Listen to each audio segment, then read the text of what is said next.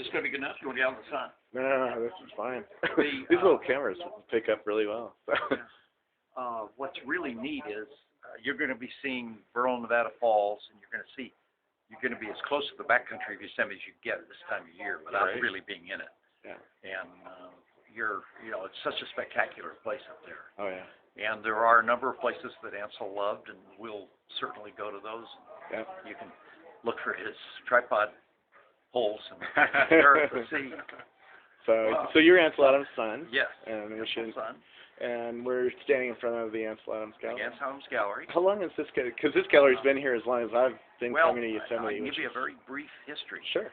My grandfather, my mother's father, Harry Best, was a landscape painter, and he came to Yosemite in 1901 to paint with a friend of his. And he met a young lady, an attractive young lady, and in a whirlwind courtship, they were married under Bridal Veil Falls in 1901 on July 28th, and they stopped the stagecoach coming in from Wawona to invite them all for champagne and celebrate the event. And there was a 2-page spread, and I think it's the San Francisco Examiner, of that year about this.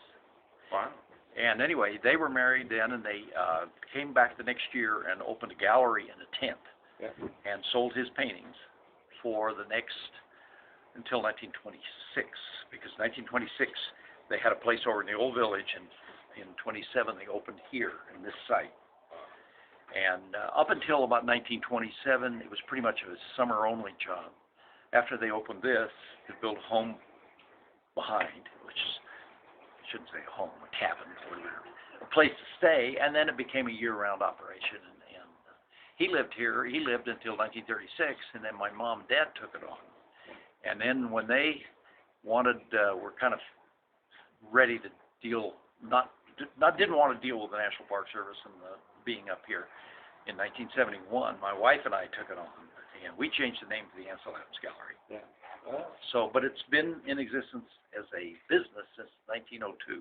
Yeah. Wow. In the same thing. Wow. Is that 106 years in Yosemite? That's crazy. And our children, the 4th generation of the Best Adams family, is now running it. It's crazy. You know, I've been doing a lot of traveling around the world, and I was in Israel last week, and I was bragging that I was going to meet you, and people are like, even in Israel, their eyes get wide. Well, we've had Ansel Adams shows in Israel. Yeah.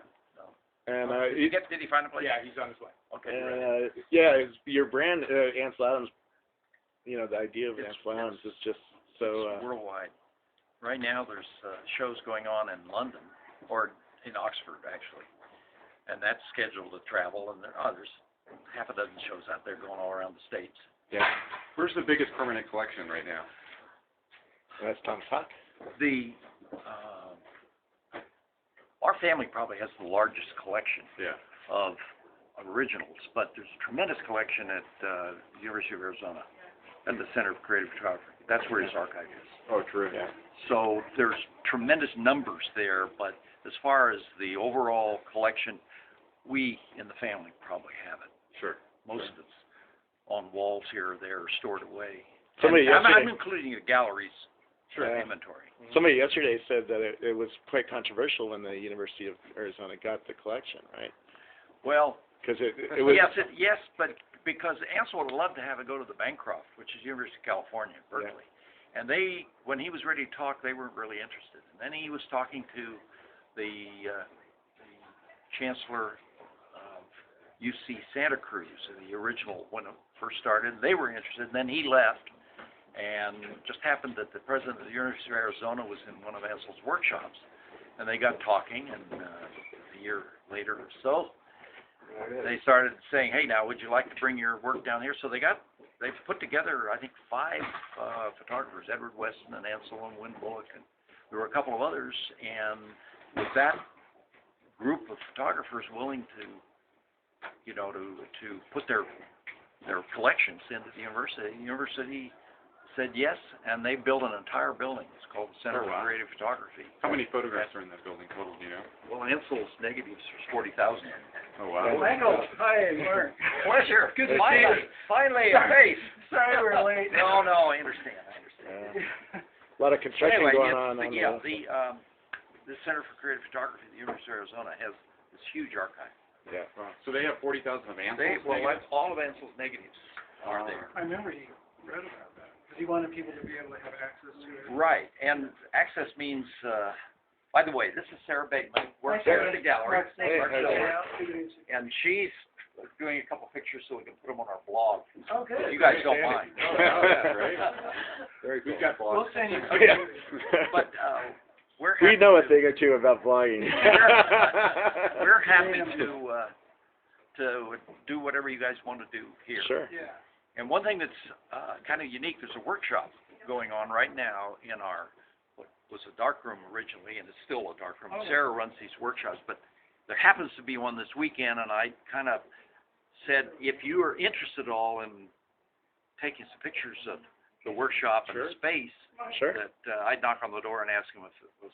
What kind of workshop is it? It's a photography workshop. So right now it's called the Creative Black and White Process, and it's with Ray McSavany. And Ray used to come up here in the 70s and take workshops from Ansel. And he's very close friends with other photographers who either took workshops up here or served as Ansel's assistants in the 70s, such as like John Sexton and Alan Ross. Right. And so we have a group of 5 people plus an assistant up here learning from him right now. And what they're doing is field sessions where they go around Yosemite Valley to photograph and learn from the photographer as far as, learning their exposures, compositions, any questions they have. They're up here doing print critiques of their work. They're also doing viewings of the photographer's work so they can learn by looking at what this professional photographer has photographed and what is contained within his photograph. They're watching darkroom demonstrations and learning about printing and processing film and so forth.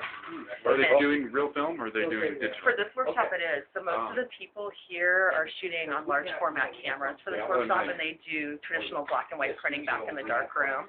With our workshops it varies. We have everything from digital workshops where you learn the basics of Photoshop to advanced Photoshop techniques, where you come out and you shoot with a digital camera and you learn how to work with a digital camera, to platinum palladium and wet plate collodion printing. Wow. So everything Can from anybody antique take cross- some of these? Yeah, workshops? anybody can.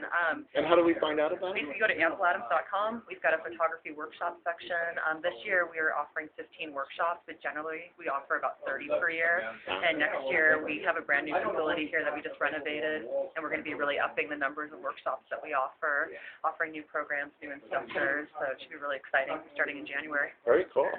Well, cool. Well, we're going to sit down and then get a longer interview on our HD cameras because it's a lot of fun. So, looking forward to it. Great. Thanks.